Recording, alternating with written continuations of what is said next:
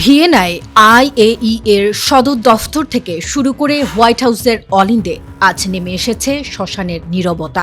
কারণ ডোনাল্ড ট্রাম্পের নিষেধাজ্ঞা নীতিকে আজ ডাস্টবিনে ছুঁড়ে ফেলেছে তেহরান। মার্কিন ও ইসরায়েলি হামলায় ক্ষতিগ্রস্ত স্থাপনাগুলোর ধ্বংসাবশেষের আড়ালেই ইরান তাদের চূড়ান্ত লক্ষ্য অর্জন করে ফেলেছে। ৯৫% কাজ শেষ হওয়া এই পারমাণবিক বোমার সলিড ভাইব্রেশন আজ ওয়াশিংটনের আত্মবিশ্বাসকে মাটির সাথে মিশিয়ে দিয়েছে।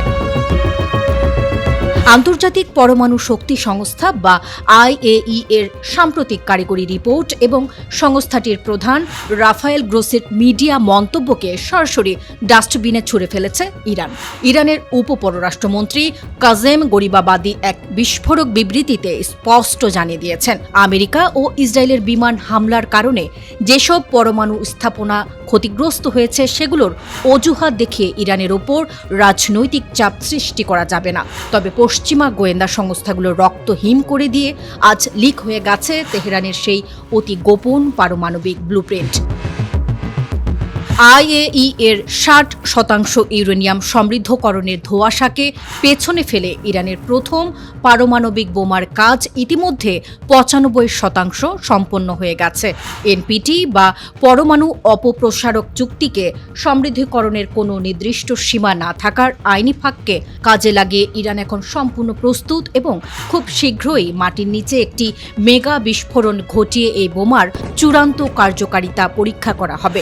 তবে বিশ্ব ভূ রাজনীতিতে সবচেয়ে বড় ধাক্কাটি এসেছে ইরানের সেই অতি সুরক্ষিত আন্ডারগ্রাউন্ড বাংকারের ভেতরের খবর সামনে আসার পর।